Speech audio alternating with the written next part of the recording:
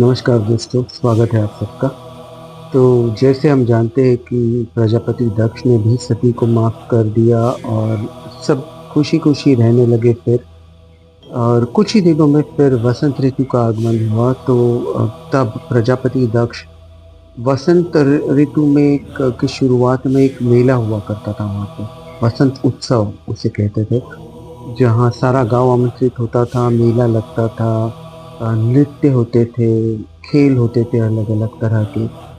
तो सती माता ने उसमें वही नृत्य करने की सोची थी जो उनको सपने में दिखाई देता था। जो उनको पता नहीं था कि वो खुद शिव के साथ है, वो नृत्य।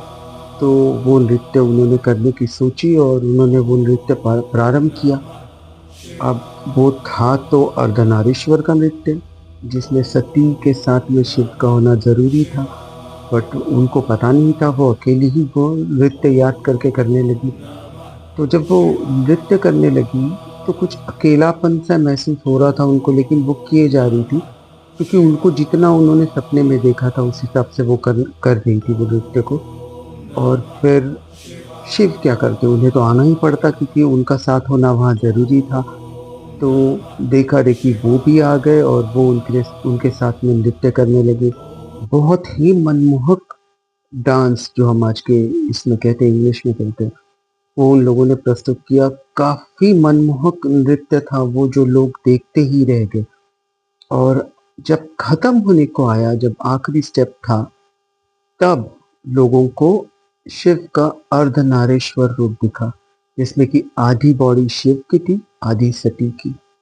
तो इस तरह से वो अर्धनारीश्वर रूप जो था, जो लोगों ने देखा पहली बार, जिसका ज़िक्र हमको पुराणों में मिलता है। क्योंकि अब तक सिर्फ़ सती सपने में देखते आई थी, लेकिन लोगों ने प्रत्यक्ष आँखों से उसको देखा। और वो नृत्य जैसे ही खत्म हो गया, शिव चले गए और सती माता बेहोश हो गई। अब आगे क्या हुआ, जानते हैं अगले एपिसोड में।